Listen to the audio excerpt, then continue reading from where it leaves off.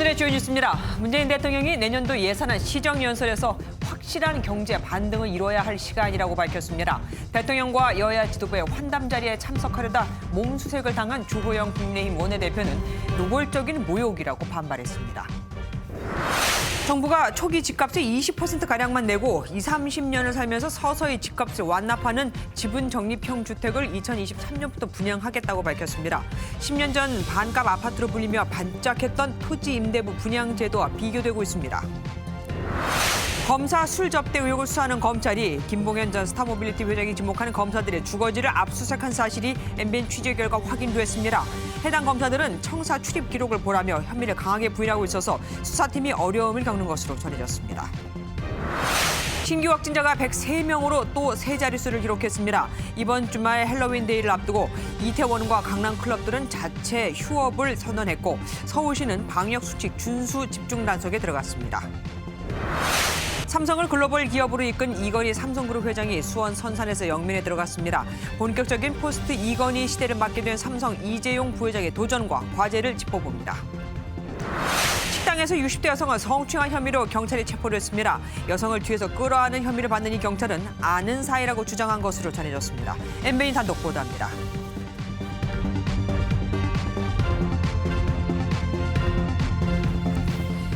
문재인 대통령이 국회 시정연설에서 역대 최고인 내년도 예산안 편성으로 코로나 방역과 경제 반등을 모두 다 이루어내겠다고 강조했습니다. 너무 돈을 많이 쓰는 게 아니냐는 우려를 의식한 듯 그에 대한 언급도 했습니다. 황정 기자가 보도합니다. 취임 후 5번째 시정연설에서 문재인 대통령은 내년도 예산 555조 8천억 원으로 코로나 방역과 경제 반등을 모두 성공시키겠다고 밝혔습니다.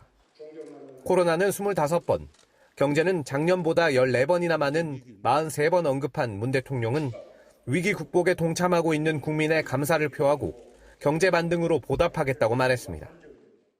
방역과 경제의 동반 성공, 두 마리 토끼를 기필코 잡아낼 것을 함께 다짐하는 자리가 되었으면 합니다.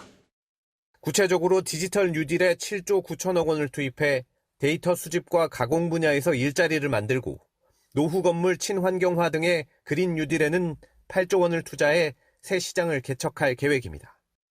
수출이 급증하는 전기차 등 미래차와 시스템 반도체 같은 신산업에도 4조 원을 쏟아부어 견고한 경제 성장을 이뤄내겠다는 뜻도 밝혔습니다. 문 대통령은 다만 이 같은 슈퍼 예산으로 국가 채무가 급증할 수 있다는 우려를 감안한 듯 재정 건전성을 지키겠다고 약속했습니다. 적극적으로 재정을 투입하면서 뼈를 깎는 지출 구조 조정을 병행하여 재정 건전성을 지켜나가는 노력을 결코 소홀히 하지 않겠습니다.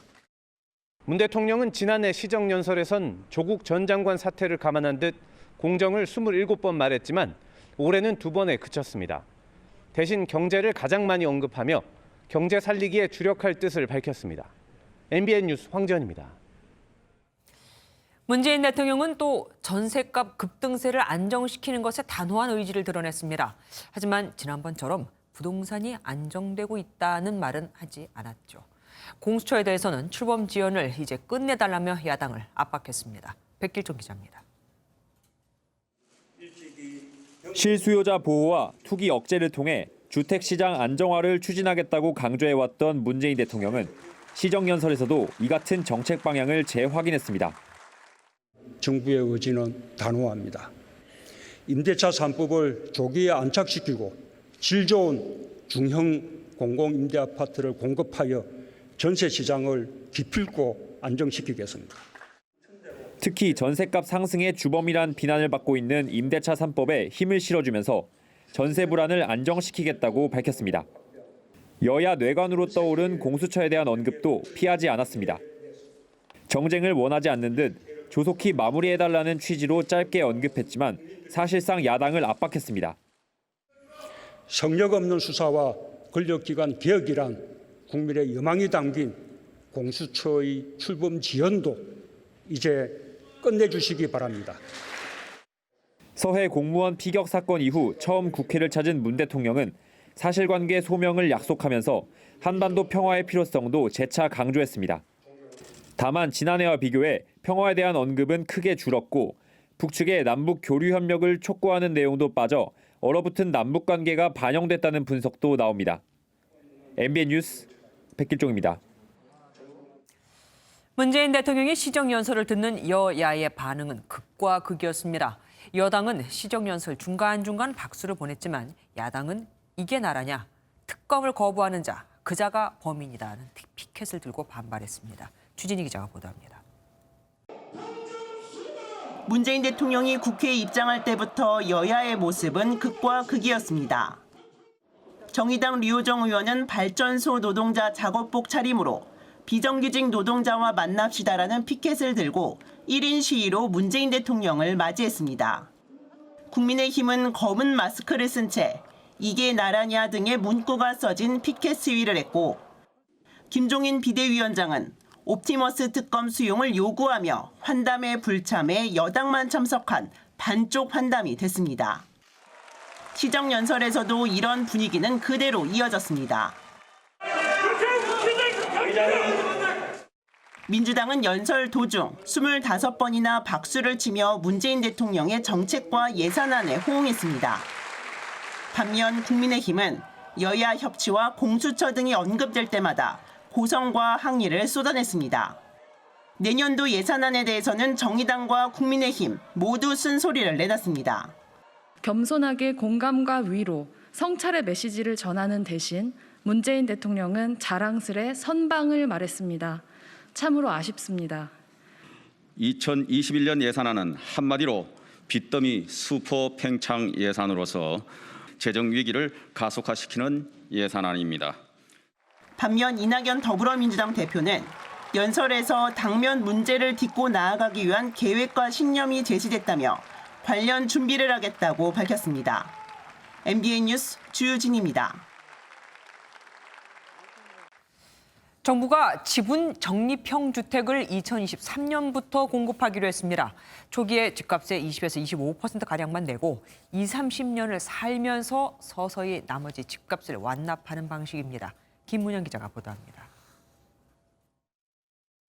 정부가 지난 8.4 부동산 대책에서 선보인 공급대책, 지분 적립형 분양주택안을 구체화했습니다.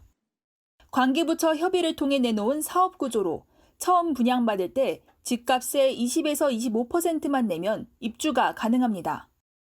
20년에서 최대 30년 동안 거주 의무도 지켜가며 나머지 지분을 늘려가면 주택을 100% 소유할 수 있습니다. 구체적으로는 4년마다 10에서 15%씩 나눠 지분을 취득해가는 형태입니다. 임대료도 내지만 공공지분 임대료는 시세보다 낮게 책정하기로 했습니다. 내 집 마련의 꿈은 있지만 자산이 부족한 서민들의 초기 부담을 완화하는 것, 생애 최초, 신혼부부, 다자녀, 일반 등 다양한 주택 구입 수요를 반영할 수 있다는 것. 정부는 선호도가 높은 도심에 신규 공급주택 중 공공보유부지나 공공정비사업 기부채납분 등부터 점진적으로 적용하겠다고 밝혔습니다. 다만 2023년부터 분양이 가능해 당장 전세난 해소는 어려워 중장기 해법이 될 전망입니다. 실제 입주까지 고려하면 앞으로도 한 5년여 정도의 시간이 필요하니까 중장기적으로는 이제 수요자들의 내 집 마련 니즈를 좀 해소하는 그런 차원으로 보시면 될 것 같습니다. 주택시장에선 집을 장기적으로 분할 취득할 때 기준이 될 지분 가격을 정부가 어떻게 책정할지 등도 관심입니다. MBN 뉴스 김문영입니다. 사실 정부가 제시한 지분 적립형 주택과 유사한 방식의 주택은 10여 년 전에도 있었습니다. 토지 임대부 분양제도, 일명 반값 아파트로 불렸던 그 아파트인데 3개 단지만 생기고는 사라져버렸습니다. 이번엔 좀 다를까요? 이병주 기자가 알아봤습니다. 서울 서초구의 350여 세대 규모 아파트 단지입니다. 땅은 공공이 소유하고 건물에 대한 권리만 갖는 토지 임대부 분양이 적용됐습니다. 분양가가 저렴한 대신 20만 원가량의 토지 임대료를 매달 내야 합니다. 지금 그 토지 40년인데요. 예. 6년 됐으니까 34년 남았는데요. 그 토지는 H 거고요. 주거비 부담을 낮춘다는 취지로 2009년 도입됐지만 3개 단지에만 적용되고 제도가 사라졌습니다. 토지 대금을 장기간 회수하지 못하면서 사업 시행자의 개발 이익이 떨어지는 만큼 공급이 늘지 못한 겁니다. 또 수분양자 입장에서도 최종적인 소유권을 얻을 수 없다는 점에서 매력이 떨어졌습니다. 이번에 정부가 제시한 지분적립형 주택은 소유권이 완전히 이전된다는 점에서 업그레이드 됐지만 풀어야 할 과제는 남습니다.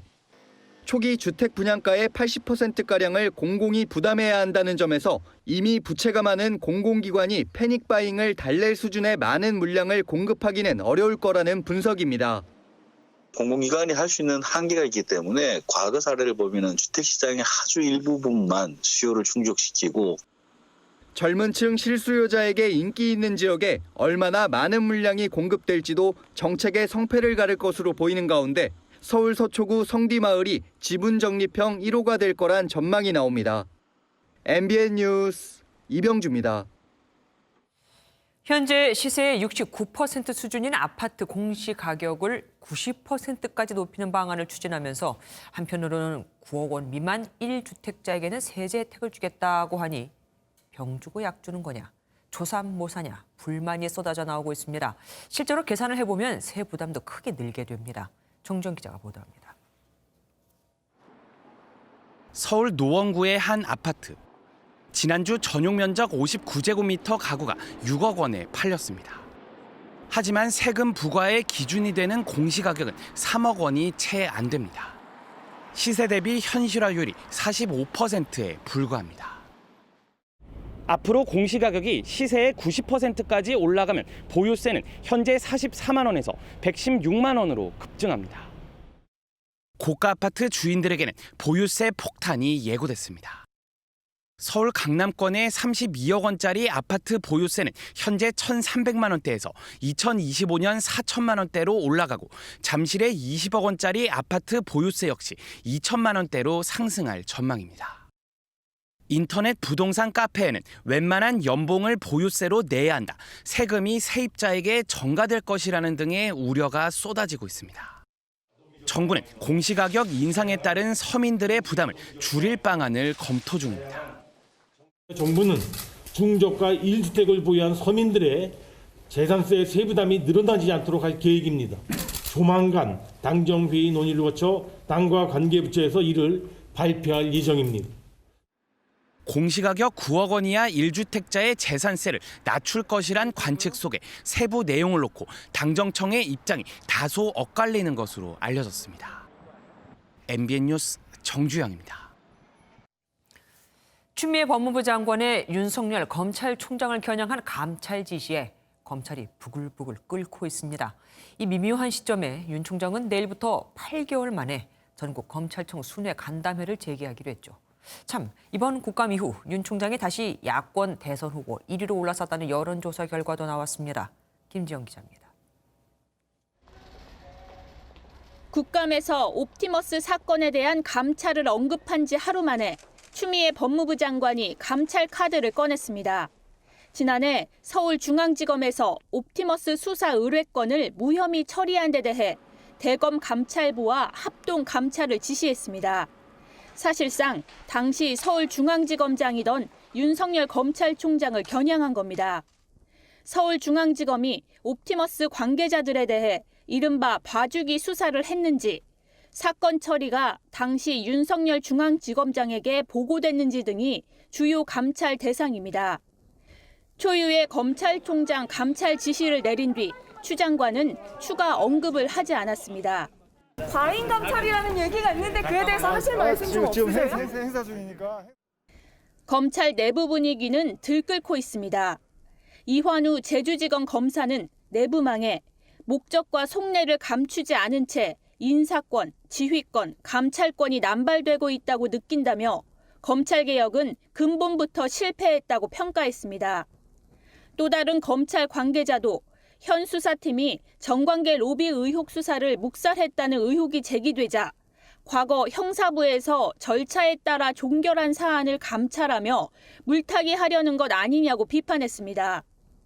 윤 총장이 이딴 감찰 지시와 수사지휘권 발동으로 수세에 몰린 미묘한 시점에 전국 검찰청 순회 간담회를 8개월 만에 재개하기로 해 행보가 주목됩니다. MBN 뉴스 김지영입니다. 김봉현 전 스타모빌리티 회장은 검사 3명을 접대했다고, 지목된 그 검사들은 그런 적 없다고 하고 있죠. 서울 남부지검이 이 검사들의 주거지를 압수수색했습니다. 지목된 검사들은 차라리 술 접대를 했다는 그 날짜를 주어라, 그럼 가지 않았다는 걸 증명하겠다고 주장하고 있습니다. 임성재 기자가 단독 보도합니다. 서울 남부지검 검사향응 수수사건 수사 전담팀은 최근 김봉현 전 회장이 폭로한 검사 3명 중 신원이 특정된 2명을 조사했습니다. 조사 과정에서 해당 검사들은 술 접대 의혹을 강하게 부인하며 날짜를 특정해 당시 근무지의 출입 기록이나 메신저 로그아웃 기록 등과 비교해보라고 주장한 것으로 전해졌습니다. 결국 수사팀은 그제 검사 2명의 주거지에 대한 압수수색을 진행하며 추가 자료 확보에 나섰습니다. 또 김 전 회장의 옥중 입장문에서 거론되는 인사들의 계좌 추적 영장을 발부받아 자금 흐름도 쫓고 있습니다. 수사팀은 서울 남부구치소에 수감된 김 전 회장에 대해 지난 25일에 이어 2번째로 출정 조사를 진행했습니다. 하지만 여전히 술 접대 날짜와 시간을 특정하는데 어려움을 겪고 있는 것으로 전해졌습니다. 김 전 회장은 지난해 7월쯤 술 접대를 했다고 주장하는데 통화 내역 등의 보존 기한이 1년에 불과해 자료 확보에 어려움을 겪고 있기 때문입니다. 검사 술자리에 함께했다고 지목된 이모 변호사는 함께 술을 마신 사람들은 검사가 아닌 변호사들이라며 김 전 회장의 소설이라는 입장을 고수하고 있습니다. MBN 뉴스 임성재입니다. 이번 주말 헬로윈 데이를 앞두고 이태원과 강남 등 유명 클럽의 인파가 몰릴 것으로 우려되자 이 클럽들이 자체 휴업을 결정했습니다. 그런데 어쩌죠? 인터넷 게시판에는 강남과 이태원이 아닌 다른 지역 클럽에서 모이자는 글이 계속해서 올라오고 있습니다. 참, 코로나19 신규 확진자는 다시 3자릿수가 됐습니다. 강대엽 기자입니다. 지난 24일 밤 이태원 밤거리. 헬로윈 데이를 일주일 앞뒀지만 거리 곳곳에 그리고 클럽 안에도 사람들이 북새통을 이뤘습니다. 오는 31일 헬로윈 데이를 앞두고 서울 이태원과 강남에는 코로나 방역 비상이 걸렸습니다. 집단 감염 우려가 커지자 유명 클럽들이 헬로윈 기간에 자체 휴업을 하기로 했습니다. 매주 금요일과 주말엔 손님들이 몰리는 클럽입니다. 하지만 이번 주말 헬로윈 데이를 앞두고는 코로나19 확산 예방을 위해 자체 휴업을 결정했습니다. 아마 이쪽 근방에 클럽도 아마 다 될 거예요, 이번 주에. 네. 서울시는 경찰과 함께 영업을 계속하는 클럽과 감성주점 108곳엔 전담 공무원을 상주시켜 방역수칙 준수 여부를 점검할 방침입니다. 적발시, 즉시 집합금지 조치 등 방역 관리를 강화하여 코로나19를 철저히 차단하겠습니다. 이 길 0시부터 2주간 집합금지 조치를 바로 시행하여 그러나 인터넷 게시판엔 강남과 이태원이 아닌 다른 지역의 클럽으로 모이자는 글이 속속 올라오고 있어 당국을 긴장시키고 있습니다. 오늘 코로나19 신규 확진자는 103명으로 이틀 만에 다시 3자릿수로 뛰었습니다. 국내 발생은 96명인데 수도권이 대부분을 차지했습니다. 서울 서대문구 보건소에선 현장 근무를 하지 않는 직원 2명이 확진 판정을 받아 보건소가 폐쇄되고 구청사 출입이 제한됐습니다. MBN 뉴스 강대엽입니다. 엿새 전 확진자가 발생했던 경기도 남양주 요양원에서 8명이 또 추가 확진됐습니다. 이 건물엔 수영장, 게다가 찜질방까지 있었죠. 경기도 포천의 초등학교에서도 교직원과 학생들이 집단 감염됐습니다. 정태진 기자가 보도합니다. 경기도 남양주의 한 요양원입니다. 지난 22일 이 요양원에서 35명의 코로나19 집단 감염이 발생했습니다. 어제까지 이곳 요양원 입소자와 직원, 가족과 같은 접촉자가 대거 양성 판정을 받아 총 63명의 확진자가 발생했습니다. 남양주시는 이 요양원에 있던 입소자와 종사자를 포함한 총 8명이 추가 확진 판정을 받았다고 밝혔습니다. 음성 판정을 받으셨는데 재검을 했는데 이번에 양성을 받으신 거예요. 그것도 격리하고 있고. 그래서 그것처럼 왔다 갔다 하면서 지금 확진자 된 사람들 나가는 거. 이로써 첫 코로나19 확진자 발생 이후 오늘까지 총 71명의 확진자가 발생했습니다. 고령자가 많은 요양원의 특성상 감염에 취약한데 지난 23일에는 90대 입소자가 숨지기도 했습니다. 이 요양원이 위치한 건물은 지하 1층, 지상 2층 규모로 7개의 요양원, 찜질방, 수영장, 음식점 등이 입주해 있어 확산 우려가 큰 상황입니다. 보건당국은 이 요양원을 집단 격리하고 접촉자와 방문자를 파악해 진단검사를 실시하고 있다고 밝혔습니다. 경기 포천시의 한 초등학교에서도 교직원과 학생 총 8명이 추가 확진 판정을 받았습니다. 포천시는 해당 학교 학생에 대한 전수검사를 진행하고 모든 수업을 원격으로 전환하기로 결정했습니다. MBN 뉴스 정태진입니다. 미국과 유럽에선 코로나19 2차 대유행 우려가 현실이 돼버렸습니다. 병원, 심지어 장애업체마저도 초비상에 걸렸을 정도죠. 미국에선 하루 평균 신규 확진자가 7만 명씩 나오고 있고 유럽도 강력한 조치를 내놓고 있지만 확산세가 좀처럼 꺾이질 않습니다. 장명훈 기자가 보도합니다. 미국 내 코로나19 확진자가 지난 일주일 동안 50만 명이 넘게 발생했습니다. 매일 7만 명이 넘는 사람이 감염된 꼴입니다. 미국 50개 주 중 37개 주에서 최근 일주일 발생한 확진자 수가 그 전주보다 10%에서 50% 늘어난 것으로 집계됐습니다. We're failing. COVID has the upper hand.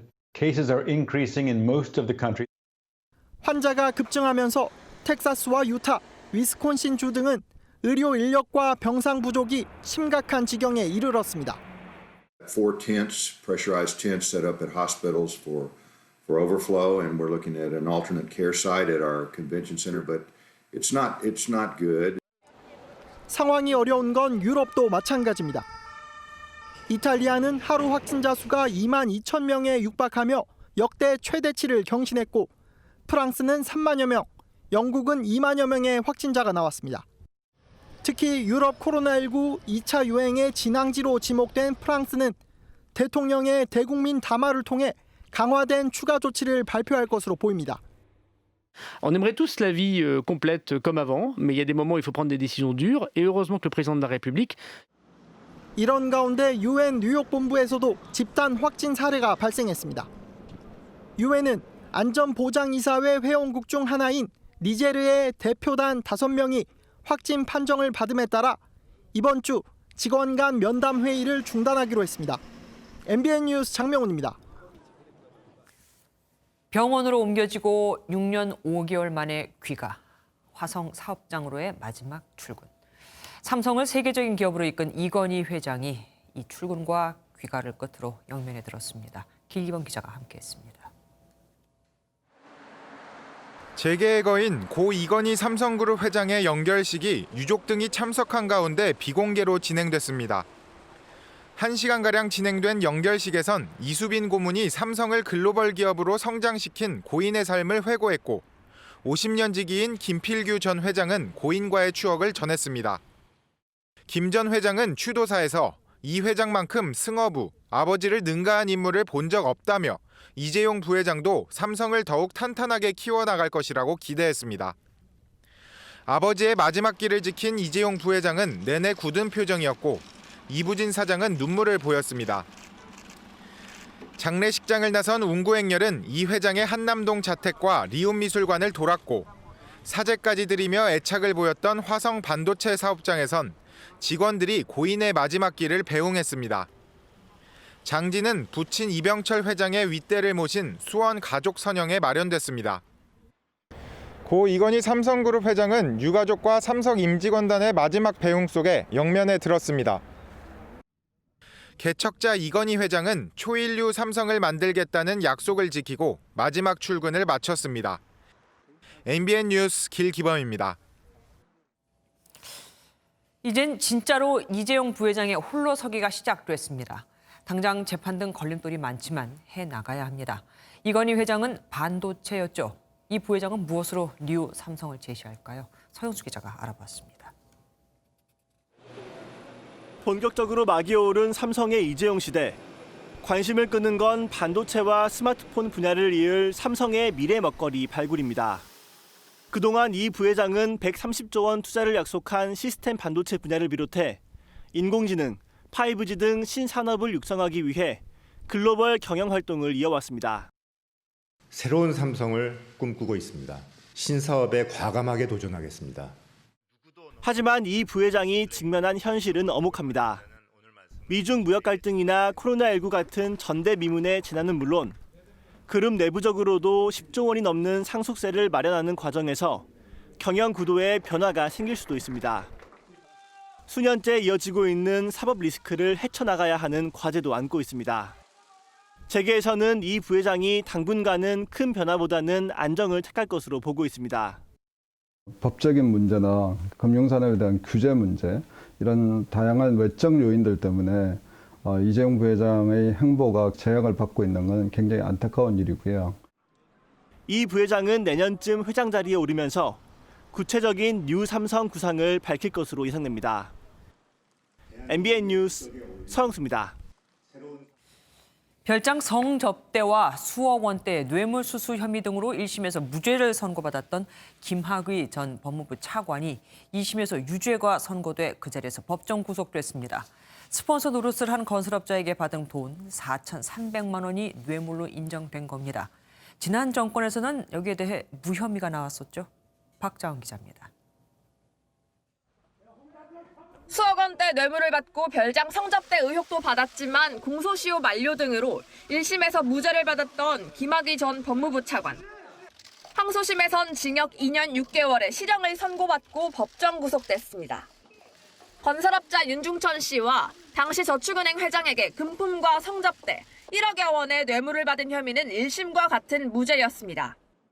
다만 건설업자 최모 씨에게서 2000년부터 2011년까지 받은 현금과 법인카드 대금 등 4,300여만 원이 뇌물로 인정됐습니다. 재판부는 최 씨가 과거 공무원에게 뇌물을 건넨 혐의로 유죄 판결이 확정됐던 점에 비춰보면 다시 형사사건에 연루될 가능성이 있었고 김 전 차관이 이 같은 가능성을 알고도 금품을 받았다고 판단했습니다. 검찰은 이 사건은 뇌물수수 유무죄를 가리는 걸 넘어 사회적으로 문제가 되어온 검사 스폰서 관계를 형사적으로 어떻게 평가할지에 관한 것이라며 최종 의견을 내놨습니다. 항소심에서는 특별한 더 추가 증거 없이 사실관계를 특정을 하고 확정을 해서 피고인에 대한 방어권에 대한 좀 불이익한 면이. 변호인은 김 전 차관의 협심증 치료를 위해 동부구치소로 보내줄 것을 재판부에 요청하기도 했습니다. MBN 뉴스 박자은입니다. 현직 경찰관이 식당에서 60대 여성을 성추행한 혐의로 경찰 조사를 받고 있습니다. 피해 여성이 혼자 소가리를 하자 지켜보던 가족이 신고해 덜미가 잡혔습니다. 김민수 기자가 단독 보도합니다. 서울 관악구의 한 음식점입니다. 서울 금천경찰서 소속의 한 경찰관이 이곳에서 60대 여성 손님과 성추행 혐의에 휘말린 시점은 지난 24일 밤 11시쯤입니다. 식당 안에서 마주친 여성을 갑자기 끌어안은 것으로 알려졌습니다. 해당 경찰관은 식당에서 한 여성을 보고 반가워하면서 뒤에서 끌어안은 것으로 전해졌습니다. 피해 여성은 소가리를 하다가 가족들에게 사실을 털어놨고 가족들이 사건 발생 이튿날 경찰에 신고했습니다. 피해 신고를 접수한 경찰은 해당 경찰관을 대상으로 정확한 사건 경위를 조사하고 있습니다. 해당 경찰관은 최근 휴가에서 복귀했고 혐의가 명확하게 밝혀지지 않아 아직 업무에서 배제되지는 않은 것으로 알려졌습니다. 서울 금천경찰서는 사건 조사와는 별개로 해당 경찰관을 대상으로 진상 파악에 나섰습니다. MBN 뉴스 김민수입니다. 아파트 입주자 대표가 흉기를 휘둘러 관리소장을 살해했습니다.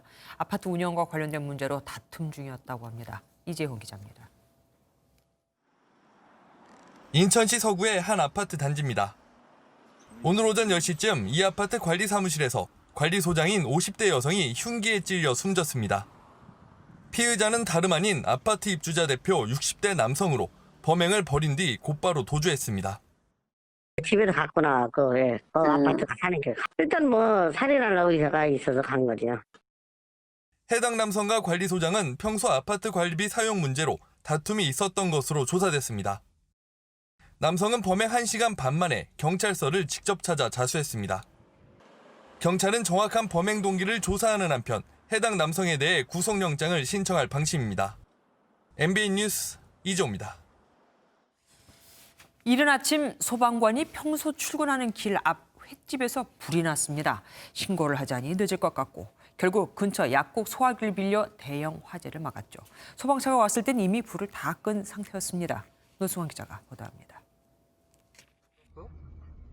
평온하던 아침 출근하던 한 소방관이 뭔가를 발견합니다. 뭐야, 불 났어? 한 횟집 수족관에 불이 붙었습니다. 119 신고는 됐지만 1, 2분 사이에도 큰 불로 번질 수 있었습니다. 이성아 소방관은 바로 옆 약국으로 뛰어가 소화기부터 들고 나왔습니다. 초기에 진압이 되지 않으면 번지는 속도가 일반인들이 생각한 것보다 엄청 빠르게 번집니다. 혼자였지만 재빨리 불을 끄면서 불은 소방차가 오기 전에 꺼졌습니다.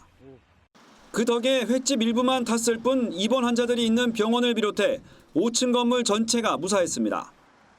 제가 한 행동으로 인해서 누군가에게 좀 도움이 됐다는 게 저로서는 좀 기쁜 일입니다.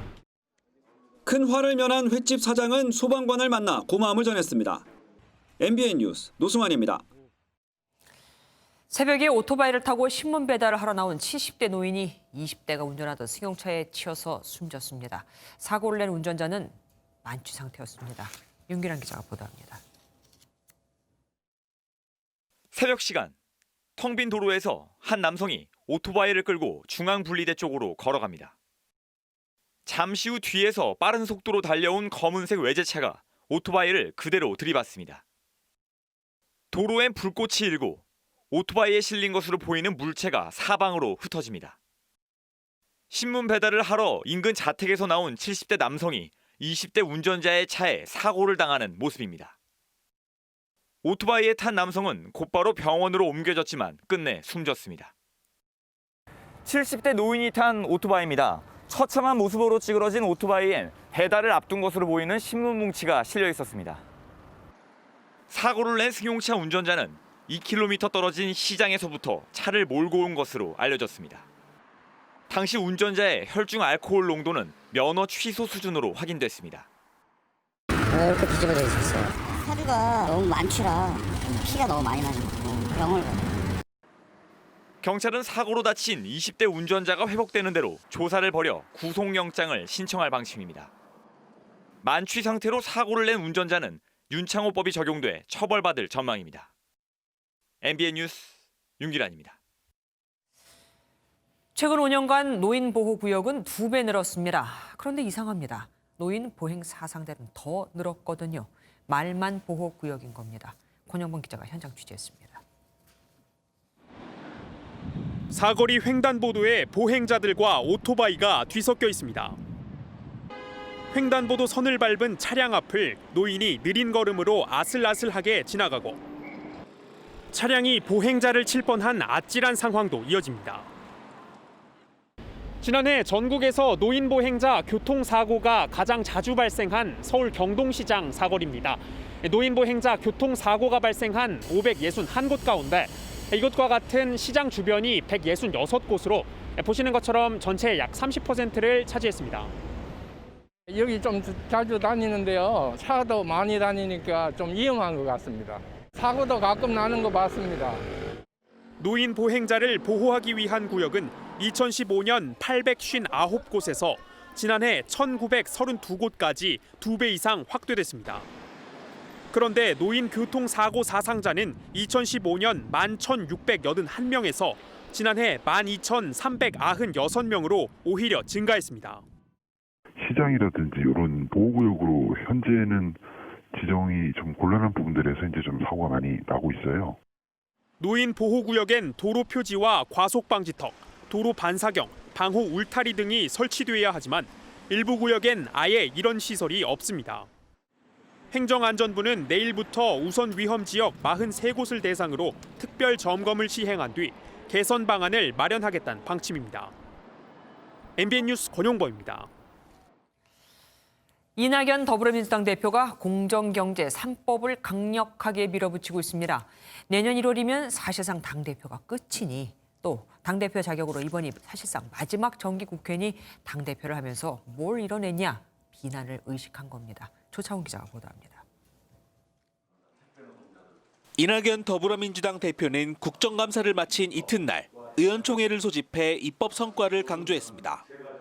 대선 출마를 위해서는 내년 3월 대표직을 내려놔야 하는 만큼 이번 정기국회 성패는 고스란히 이 대표에 대한 평가로 이어질 수 있습니다. 개혁입법, 민생입법, 미래입법에서 국민이 체감하실 성과를 내주시고 민주당은 공수처 연내 출범을 위한 공수처법 개정안과 상법 개정안 등이 포함된 공정경제 3법 등에 힘을 쏟을 계획입니다. 이에 맞선 김종인 국민의힘 비대위원장은 노동관계법도 한꺼번에 고쳐야 한다며 맞불을 놓고 있습니다. 한국노총을 방문한 자리에선 자신의 브랜드인 경제민주화에 대한 언급도 빼놓지 않았습니다. 결국 경제민주화라고 하는 것이 이루어지지 않으면 이 사회가 포용적인 사회가 될 수가 없고. 한편 황교안 전 대표의 종로 조직위원장직 사퇴를 놓고 김 위원장이 실시 중인 당무감사의 영향이 아니냐는 해석이 제기됐습니다. 감사를 통해 전 지도부 견제에 나섰다는 건데 결과에 따라 나경원, 민경욱 전 의원 등도 당협위원장직을 잃을 수 있다는 관측이 나옵니다. MBN 뉴스 조창훈입니다.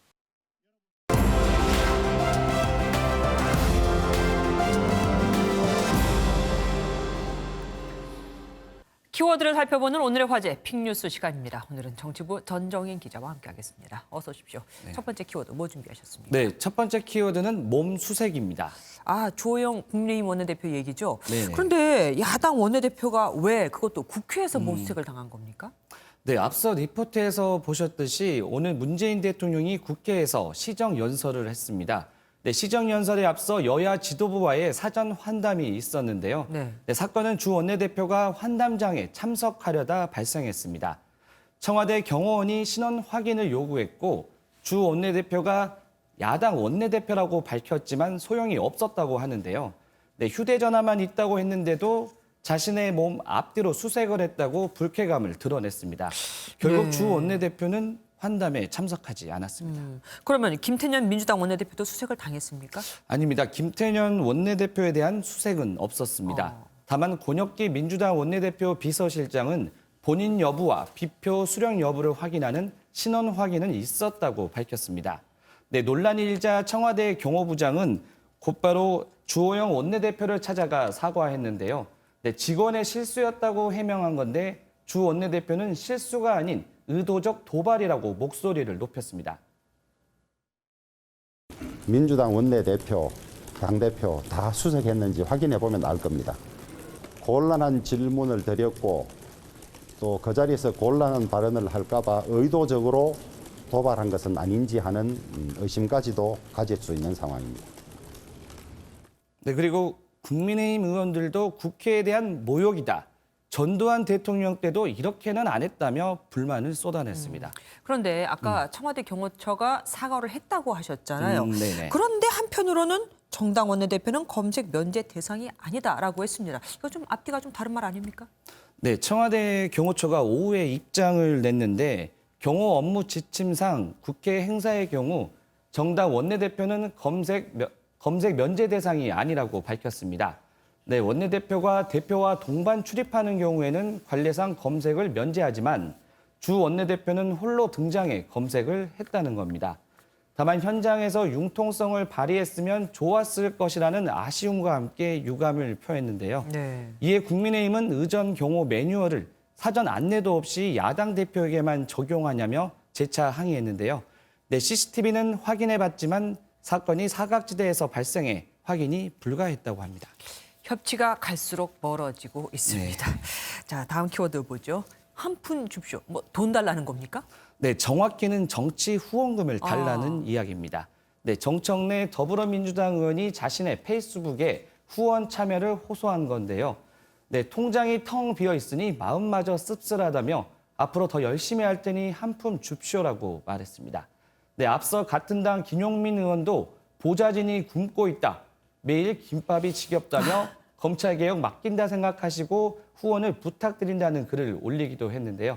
네, 이를 두고 온라인상에서는 솔직해서 좋다는 반응과 함께 정치인 연봉이 얼만데 앵벌이를 하냐며 부정적인 반응들도 쏟아졌습니다. 예. 실제로 그래서 효과가 있었습니까? 후원 구매에 있어서?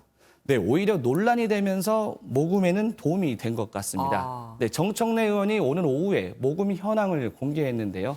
네, 오후 3시 기준으로 870명이 4,460만 원을 후원해 주셨다며 감사 인사를 했습니다.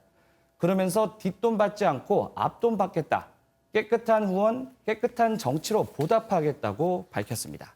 이러다가 다른 의원들이 또 따라할지도 모르겠습니다. 다음 큐도 보죠. 청와대 틱톡. 틱톡이라면 짧은 동영상 공유하는 그 SNS 아닙니까? 오, 잘 아시네요. 네. 네, 15초 분량의 짧고 재밌는 동영상을 올리는 건데 청와대가 틱톡 공식 계정을 만들었습니다. 오늘 문 대통령 시정연설도 틱톡에서 라이브로 생중계를 했는데 반응이 좋았다고 합니다. 네, 10대, 20대들이 틱톡을 많이 사용하는 만큼 청와대는 틱톡을 통해 젊은 층과 적극적으로 소통하고 정책 홍보도 이어간다는 계획입니다. 그런데 이 틱톡은 미국에서 제재를 하려고 하고 있는 그 SNS 아닙니까? 네, 맞습니다. 네. 틱톡은 중국 IT 기업이 만든 앱인데요. 네, 트럼프 대통령이 미국 정보가 중국으로 빠져나가면 국가 안보에 위협이 된다는 이유로 틱톡에 대해 제재 압박을 가하고 있는 겁니다. 네, 일각에서는 미중 갈등이 증폭되는 상황에서 청와대가 틱톡 홍보를 시작한 것을 두고 우려의 목소리도 나오는데요. 네, 이에 대해 청와대 관계자는 청와대 틱톡 계정은 다양한 홍보 플랫폼 중 하나일 뿐이라고 확대 해석에 선을 그었습니다. 미국도 그렇게 봐줘야 할 텐데 말이죠. 예, 지금까지 정치부 전정인 기자와 함께했습니다. 고맙습니다. 도로에서 동물들이 차에 치여 죽는 이른바 로드킬이 줄질 않고 있습니다. 동물들이 죽는 것도 문제지만 동물 사체를 보고 놀란 운전자가 급정거를 해서 다른 차가 이 차를 추돌하는 사고까지 일어나고 있습니다. 김명현 기자가 현장 취재했습니다. 달리던 차량이 고라니를 들이받고 황급히 속도를 줄입니다. 지난해 발생한 전국 로드킬 사고는 19,000여 건. 4년 전보다 30% 넘게 증가했습니다. 구조대가 출동해 동물을 구조하고 있지만 목숨은 잃는 경우가 다반사입니다. 겨우 구조된 너구리는 한쪽 눈에 시력을 잃어 7년째 우리 안에서 생활하고 있습니다. 새끼 동물들이 어미로부터 독립하는 분산이나 번식철이 다가오기 때문에 더 많은 차량 충돌 사고가 세종의 한 외곽도로를 찾았습니다.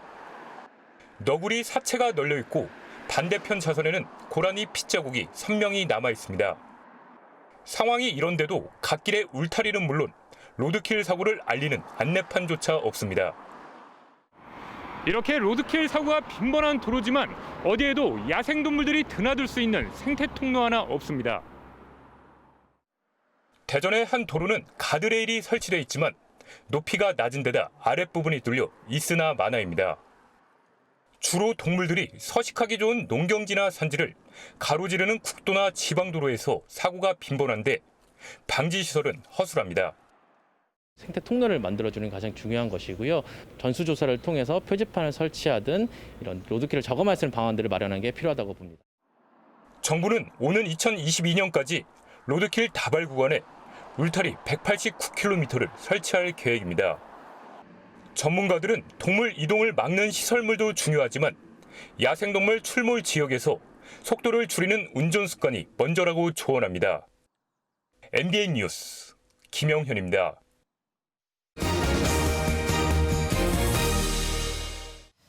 미국 대선을 엿새 남겨두고 결국 멜라니아 여사가 남편을 위해 처음으로 단독 유세에 나섰습니다. 트럼프 대통령을 백악관에 더 있게 해달라고요. 오바마 전 대통령은 바이든 후보 지원에 나서서 중국, 북한 등이 트럼프가 재선하기 원하는 건 지난 4년간 트럼프가 그들이 원하는 걸 다 줘왔기 때문이라고 일침을 날렸습니다. 정수정 기자입니다. 멜라니아 트럼프 여사가 첫 단독 유세를 위해 찾아간 곳은 펜실베이니아입니다. 트럼프 대통령과 바이든 후보가 여론조사에서 접전을 벌이는 핵심 경합주이자 바이든 후보의 고향입니다. 멜라니아 여사는 트럼프 대통령을 백악관에 계속 있게 해달라고 호소했습니다. We must keep Donald in the White House so he can finish what he started and our country can continue to flourish.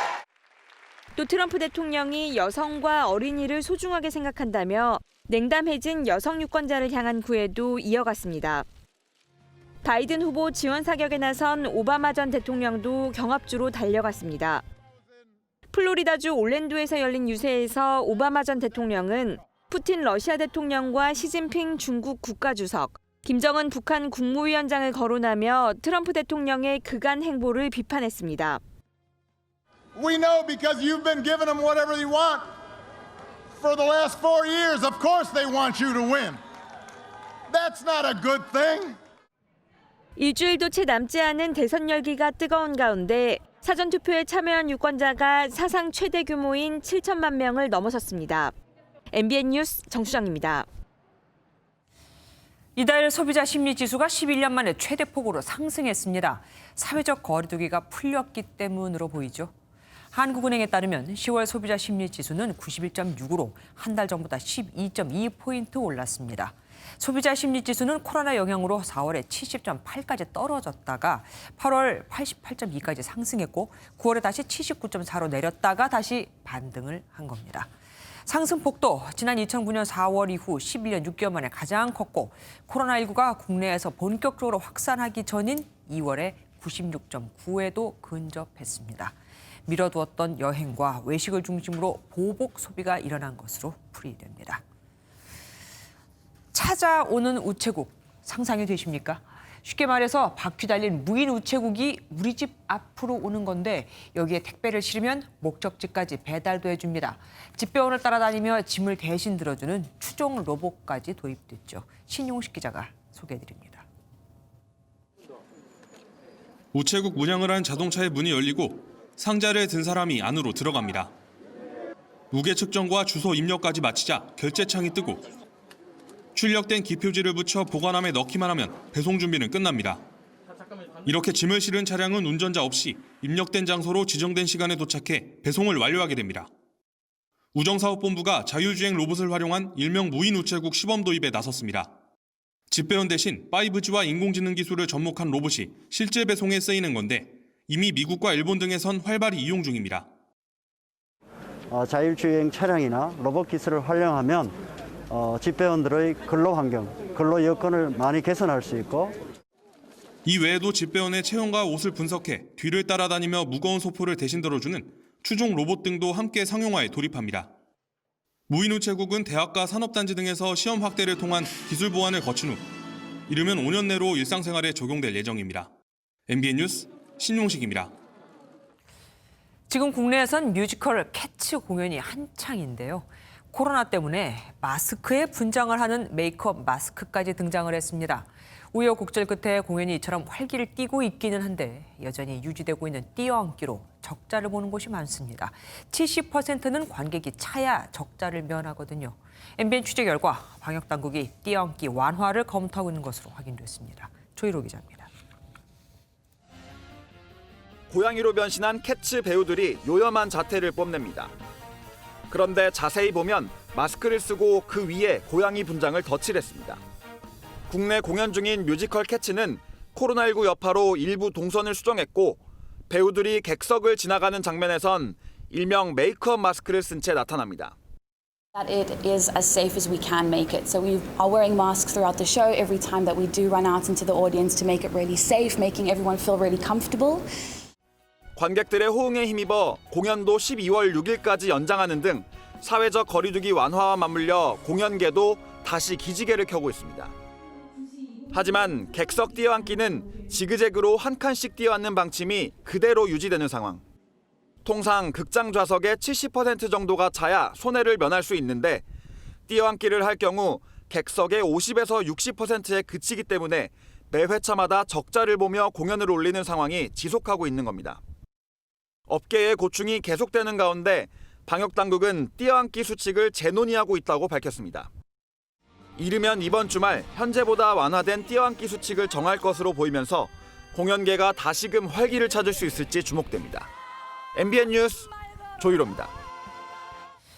문정인 청와대 외교안보특보가 반중 군사훈련에 한국이 참여할 경우 중국이 한국을 적국 취급할 것이라고 밝혔습니다. 그때 미국이 한국을 보호해 주겠느냐 하면서요. 한편 마크 네퍼 미 국무부 동아태 부차관보는 최근 주한미군을 현 수준으로 유지한다는 문구가 빠진 것에 대해서 주한미군 감축을 의미하는 건 아니라고 말했습니다. 배준우 기자입니다.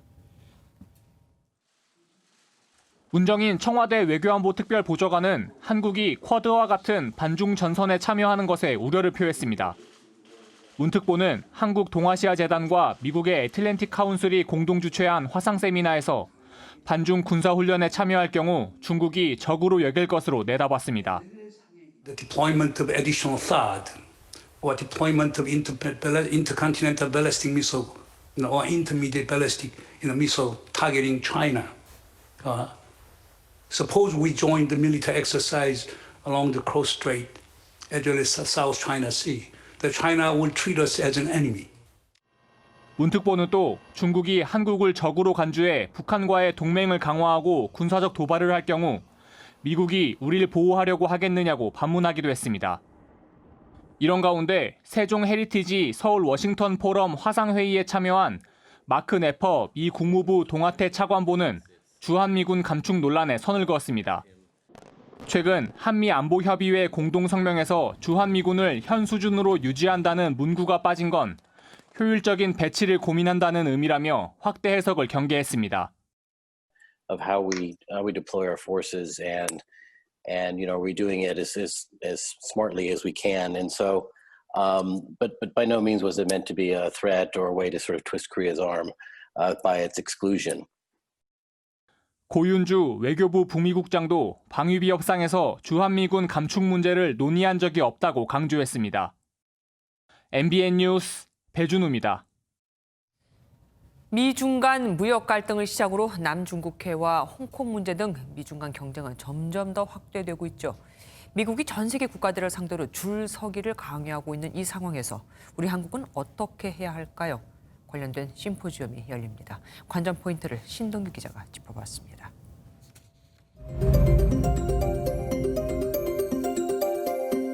미중 간 무역 분쟁으로 본격화된 양국 간 갈등은 코로나19 국면 이후 더욱 노골화되고 있습니다. It's China's fault. They kept it from going into the rest of China for the most part, but they didn't keep it from coming out to the world, including Europe and ourselves. 중국에 대한 미국의 압박이 코로나19를 넘어 남중국해와 홍콩 문제 등 물러설 수 없는 곳까지 확대되면서 중국도 곳곳에서 맞불을 놓고 있습니다. 绝不会允许任何人、任何势力侵犯和分裂祖国的神圣领土。一旦发生这样的严重情况，中国人民必将予以迎头痛击。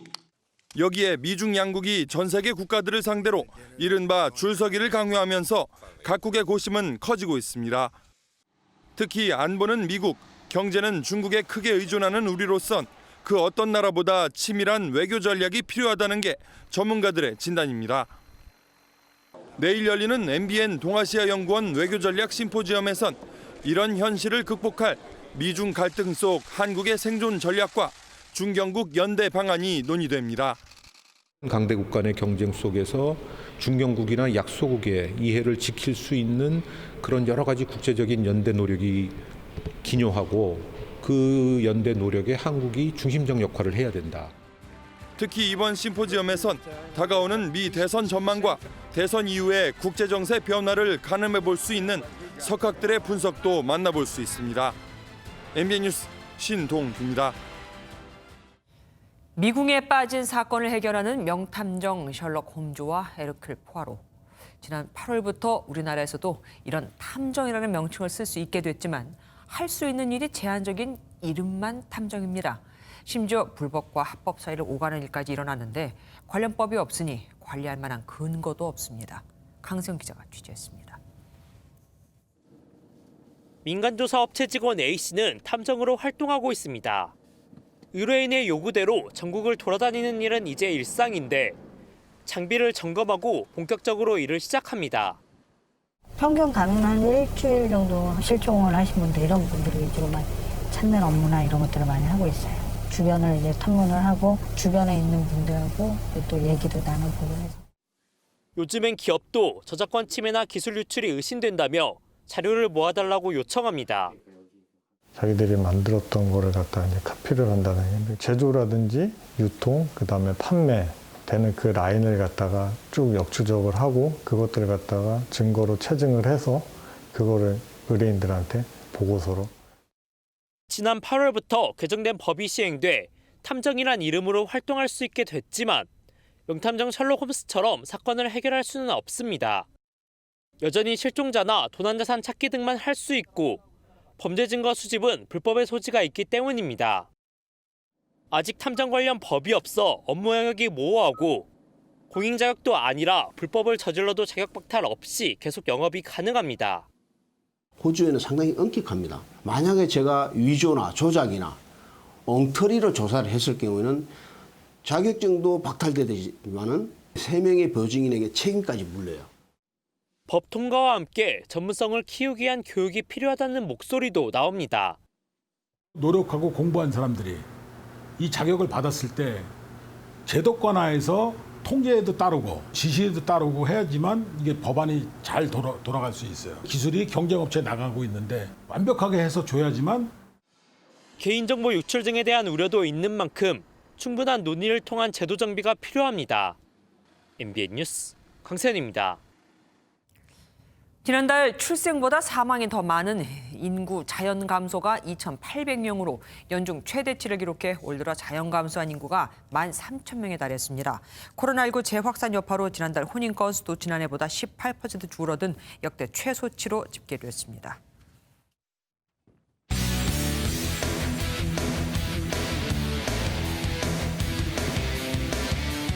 스포츠 뉴스입니다. K리그의 살아있는 전설로 불리는 41살 이동국 선수가 은퇴를 결심한 건 알고 보니 몸이 아닌 정신이 약해졌기 때문이었습니다. 울기도 하고 웃기도 하며 기자회견을 진행한 이동국 선수. 자신이 꼽은 최고의 골은 무엇이었을까요? 구경호 기자가 전해드립니다. 이동국은 최근 완벽하게 무릎 부상에서 회복했지만 재활 과정에서 정신력이 나약해진 자신을 발견하고는 은퇴를 결심했다고 털어놨습니다. 부상 때 나약해진 제 모습을 발견하고 난 다음에 생각을 했던 것 같아요. 이제는 뭐 그만해도 될 때가 된 것 같다. 한국 축구 사상 최다인 344골을 넣은 이동국은 한 골씩 되돌아보면서 발리슛의 장인이란 별명답게 2004년 독일과의 평가전에서 기록한 골을 최고로 꼽았습니다. 그래서 이제 발리슛으로 했을 때 맞는 그런 순간이나 이 공 임팩트 내 발과 그 볼의 그런 그 찰나의 그런 순간은 아직도 생생하게 기억이 납니다. 50분간 담담하게 소감을 밝힌 이동국은 그동안 뒷바라지해온 가족 얘기가 나올 땐 울고 웃었습니다. 부모님한테 그동안 고생하셨고 이제 은퇴하시고 된다라는 그런 얘기를 해주셨어요. 저희 뭐 애들은 좋아하더라고요. 아빠가 이제 같이 있을 수 있으니까.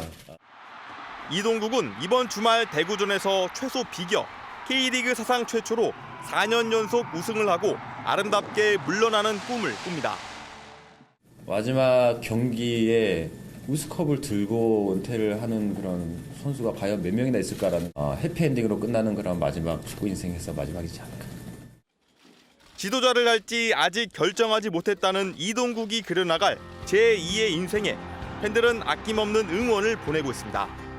MBN 뉴스 구경호입니다. 오늘 거리에는 겨울 외투 입으신 분들 많이 보이더라고요. 밤사이 기온은 더 떨어져 내일 아침은 이번 짧은 추위의 절정이 예상됩니다. 내일 아침 오늘보다 10도 이상 떨어질 것으로 예상되는 강원 산지와 충북, 경북 북부 내륙 일부 지역에는 한파특보가 내려졌습니다.